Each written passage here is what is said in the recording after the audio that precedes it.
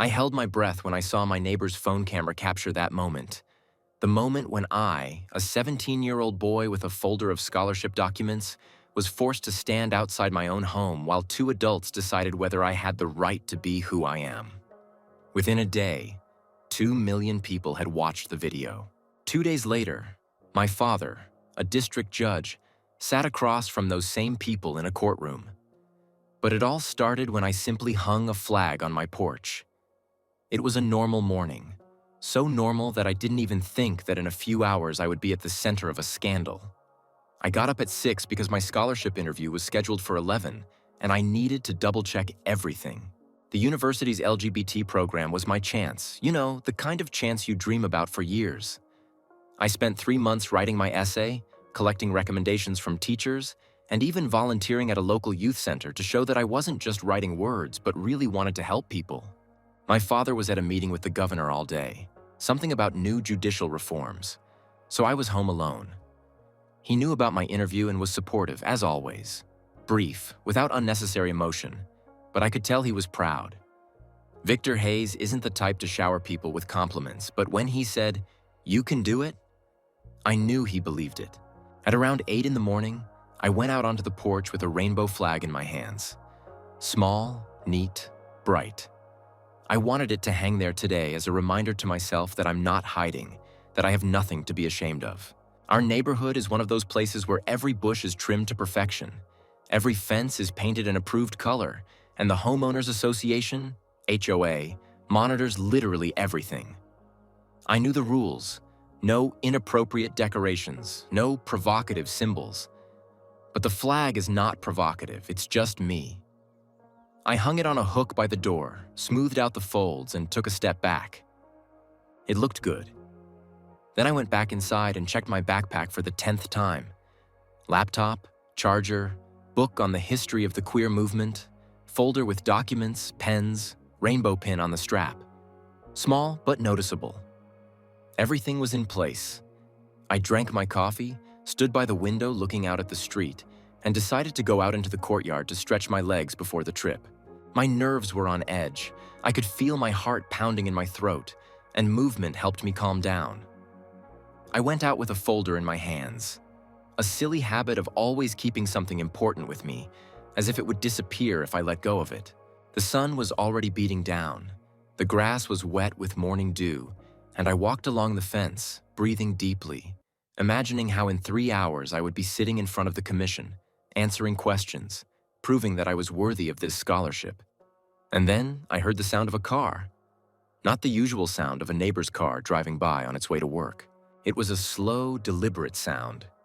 A car stopping right outside your house. I turned around and saw a white sedan with the HOA logo on the door. A man in his 50s got out, wearing a polo shirt and khaki pants, with a folder under his arm and an expression on his face that made it immediately clear he wasn't here to say hello. Harlan Brooks. I knew his name because he was the chairman of our HOA, and everyone in the neighborhood knew it was best not to cross him if you wanted to live in peace.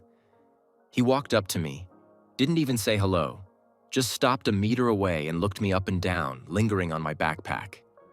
He asked if I lived here, and I replied that yes, it was my father's house and I was registered here. He nodded, but there was something else in his eyes, something like suspicion mixed with contempt. He said he had received a complaint about the inappropriate appearance of the property and needed to conduct an inspection. I didn't understand what he was talking about because our yard was perfectly clean. I had mowed the lawn myself yesterday, and my father always made sure everything was up to code. Then Brooks pointed to the flag. He said it violated the neighborhood's aesthetic standards, that such symbols could cause discomfort to neighbors, and that I'd better take it down right away.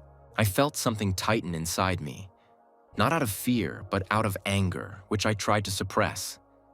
I said that the flag didn't violate any rules, that I had checked the HOA bylaws, and there was nothing in them about prohibiting such decorations.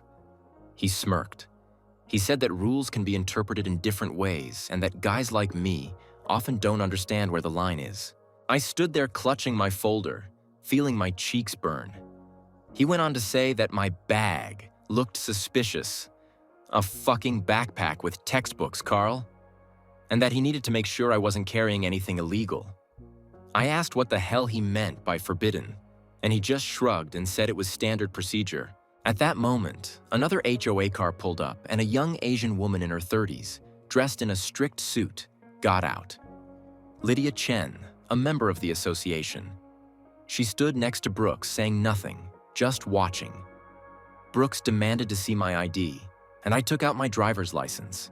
It had the address of this house, my name, everything official. He looked at it, nodded, but didn't calm down. Instead, he said he wanted to conduct a voluntary inspection of the house to make sure everything was in order. I knew I had the right to refuse, but I also knew that if I did, it would look like I had something to hide. I stood there in the morning sun, interview folder in hand, thinking, what the hell is going on? I hadn't broken any rules. I had simply hung a flag on my own house, but Brooks looked at me as if I were already guilty, as if the very fact of my existence was a problem. I didn't answer right away. I just stood there silently, trying to figure out what to do. Brooks interpreted my silence as a refusal. He told Lydia that we were in violation and that they needed to conduct an inspection based on suspicious behavior. Lydia nodded without looking at me, and they both headed for the door. I tried to stop them, saying they had no right to just walk in, but Brooks was already getting his keys. Damn it, the HOA had spare keys to the houses in the neighborhood.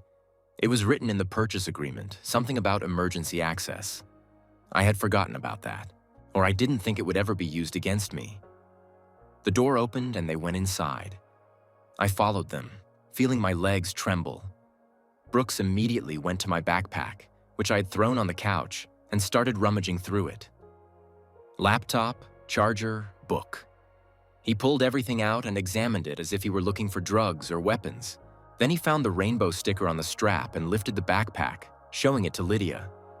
He said, "I see," with an intonation as if he had found evidence. Lydia wrote something down in her notebook without comment. I stood in the living room of my own home and felt like a criminal. They went into my room, opened the closet, checked the shelves. Nothing. No violations, no prohibited items, just clothes, books, posters on the wall. But Brooks wasn't satisfied. He returned to the living room, sat down at the table, and began filling out some form. He said he was issuing a fine for violating aesthetic standards and disobeying during an inspection. I asked how the hell I was disobeying when I let them in and allowed them to look around. He didn't answer, just kept writing. Then he said I had to go with them to the HOA office for a meeting about my violations. I said I had an interview in 2 hours and needed to leave, but he just looked at me and said it wasn't his problem. Lydia stood there silently, and I thought, why isn't she saying anything? Why is she just standing there watching? I tried to call my father, took out my phone, but Brooks said that calls were not allowed during the procedure. I asked what the hell kind of procedure it was, but he just pointed to the door saying, "Let's go." I grabbed my backpack and folder and we left. Outside, I saw my neighbor across the street standing by the fence with his phone pointed at us. He was filming. I didn't know this neighbor well. I'd just seen him a couple of times and said hello. But at that moment, I wasn't thinking about that. All I could think about was that they were taking me somewhere, that I was going to miss my interview, that everything I'd been working toward for 3 months was going to hell. We got into the HOA car. Me in the back seat, Brooks behind the wheel, Lydia next to him. The ride took about 10 minutes, and the whole way I sat looking out the window, clutching my folder. No one spoke. I felt my stomach tighten and my throat go dry, but I didn't let on. I didn't want to give them the satisfaction of seeing me panic. The HOA office was a small building on the edge of the neighborhood, a typical office with a parking lot and a sign. We went inside, and Brooks led me into a small, windowless room with a table, 3 chairs, and a lamp on the ceiling. He said I had to wait while they wrote up a report, then left, closing the door behind him. I was left alone. I looked at my watch. It was 10 in the morning. The interview was at 11, and it was a 40-minute drive to the university. I took out my phone and tried to call my father, but there was no signal. The thick walls were apparently blocking it. I tried to open the door. It was locked. I started banging on it and shouting that I needed to make a call, but no one answered. I sat down at the table and tried to calm down. I breathed deeply, counted to 10, and told myself that this was some kind of mistake, that everything would be resolved soon. But time passed, and the door did not open. 10:30, 10:45, 11. The interview began without me. I felt a wave of anger and despair rising inside me. I didn't cry, I just sat and stared at the wall, realizing that my scholarship, my program, my chance, all of it was disappearing right now because some asshole in a shirt decided that a rainbow flag was a threat. At 11:30, the door opened and Lydia came in. She said I had to sign a report of non-cooperation and inappropriate behavior. I asked how the hell I was not cooperating when I'd been sitting there for 2 hours doing exactly what they told me to do. She didn't answer, just put the paper on the table. I read it. It said that I'd refused to give them access to the house, that I had behaved aggressively, that I had kept suspicious items. It was all lies, pure, blatant lies. I refused to sign, saying that it was a violation of my rights and that I demanded to call my father. Lydia took the paper and left. I was alone again.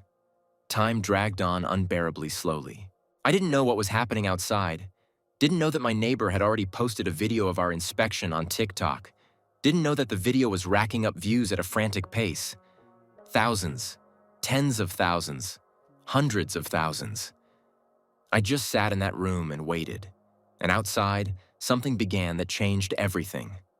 The neighbor's video was short, about 5 minutes. It showed Brooks and Lydia standing outside my house. Brooks pointing at the flag, me trying to explain something, them coming inside, me being let out and put in a car. The neighbor captioned the video, "HOA kicks gay man out of his home for rainbow flag. This is America in 2025. Repost so the whole world can see." And the world saw. By noon, the video had racked up 500,000 views. By 2 p.m., it had reached 1 million.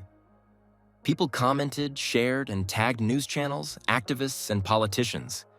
Someone recognized me, Googled me, and found my social media profiles and articles about my volunteer projects. And then someone Googled my last name, Hayes, and found my father, District Judge Victor Hayes, one of the most respected lawyers in the state, a man known to all as principled and fair. Lydia Chen was sitting in her office scrolling through her phone when she stumbled upon the video. She watched it, and with every second her face grew paler. Then she Googled my name. She found an article about my scholarship, my volunteer work, and the fact that I was the son of a judge. She showed it to Brooks. He turned pale too, but did not admit his mistake. Instead, he said that the situation was under control and that everything had been done by the book. But then the office phone started ringing. First one call, then another, then dozens. Neighbors, the media, activists.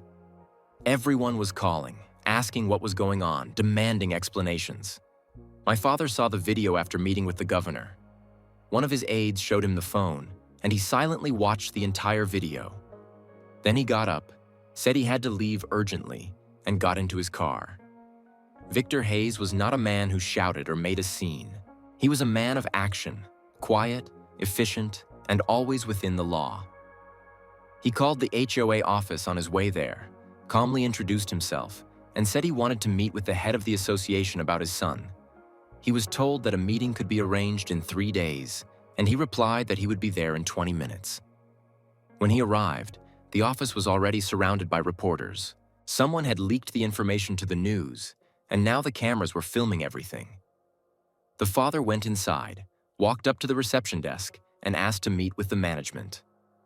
The receptionist tried to say that an appointment was necessary, but the father simply took out his judge's ID and repeated, "I want to meet with the head of the association. Now." 5 minutes later, the head of the HOA appeared, an old man of about 60, wearing an expensive suit with a worried look on his face. He invited my father into his office, and they closed the door for about 20 minutes. I don't know what they talked about, but when the door opened, the head came out pale as a sheet and told Brooks to release me immediately. Brooks opened the door to my room and said, "You're free."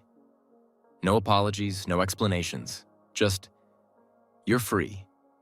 I got up, grabbed my backpack and folder, and went out into the hallway.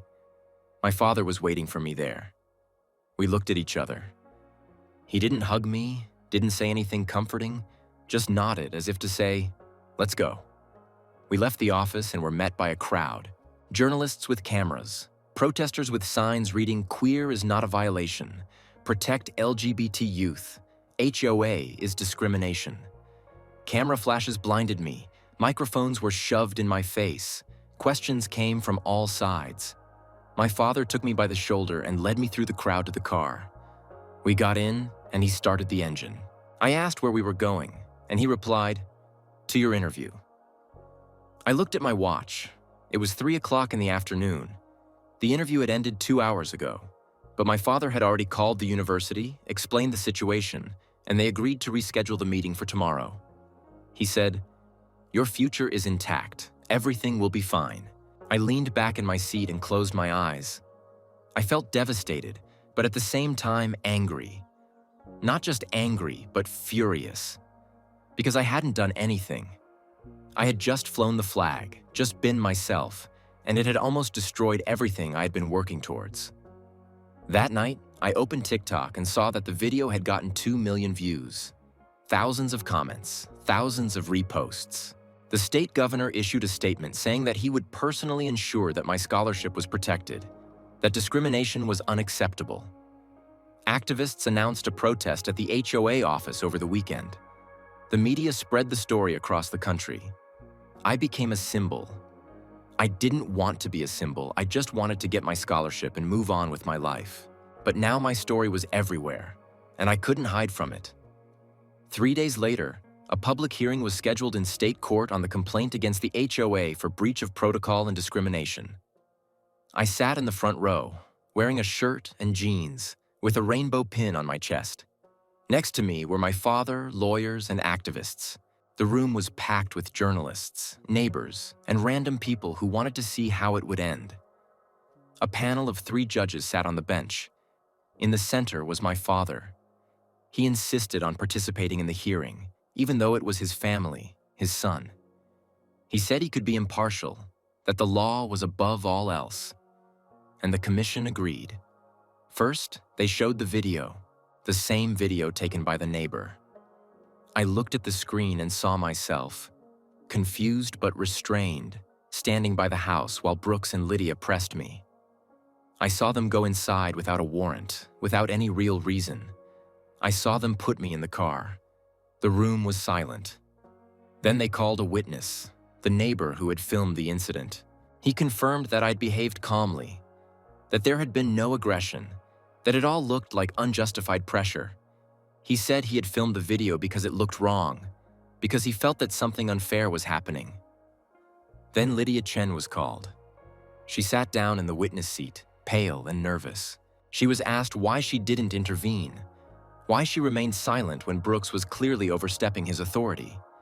She said she was afraid of conflict, that she thought Brooks was acting according to the rules, that she wasn't sure. She said she was sorry, but it sounded hollow. Then Brooks was called. He sat in the witness seat with a stony face, answering briefly without emotion. He was asked what specific violations he had found in my home. He couldn't answer. He was asked why he considered the rainbow pin a suspicious object. He said it was abnormal behavior. He was asked if there was a real threat. He said no. The silence in the room was deafening. My father leaned toward the microphone and said, "The Homeowners Association rules do not justify prejudice. Silence does not absolve guilt. Procedures exist to protect people, not to persecute them. In this case, protocol was grossly violated and the young man's rights were trampled on. This is unacceptable." He spoke calmly without shouting or drama, but every word hit like a hammer. The court ruled that the HOA must pay compensation for moral damages. Brooks was removed from office and Lydia received a reprimand. The association's rules will be revised to eliminate the possibility of discrimination. And I received an official apology. I left the courtroom and the protesters greeted me with applause. I didn't know how to feel. Relief Joy, anger, all of the above. I won, but it shouldn't have been a war. I just wanted to hang a flag. The next day, I went to the interview. It went well. The committee was understanding, asking questions about my projects and my vision for the future. I spoke confidently because now I knew I wouldn't break. A week later, a letter arrived. The scholarship had been approved. I stood by the window, holding the letter, and looked out at the street. The rainbow flag was still hanging on the porch. I hadn't taken it down after that incident, and I wasn't going to. Let it hang there. Let everyone see it. That was my story. Not the one I chose, but the one that made me stronger. I learned that injustice can be defeated, but to do so, you have to stand up even when you're scared. You have to speak up even when it's easier to agree. You have to be yourself, even when the world says you're wrong. I'm Noah. I'm 17, and I'm not hiding.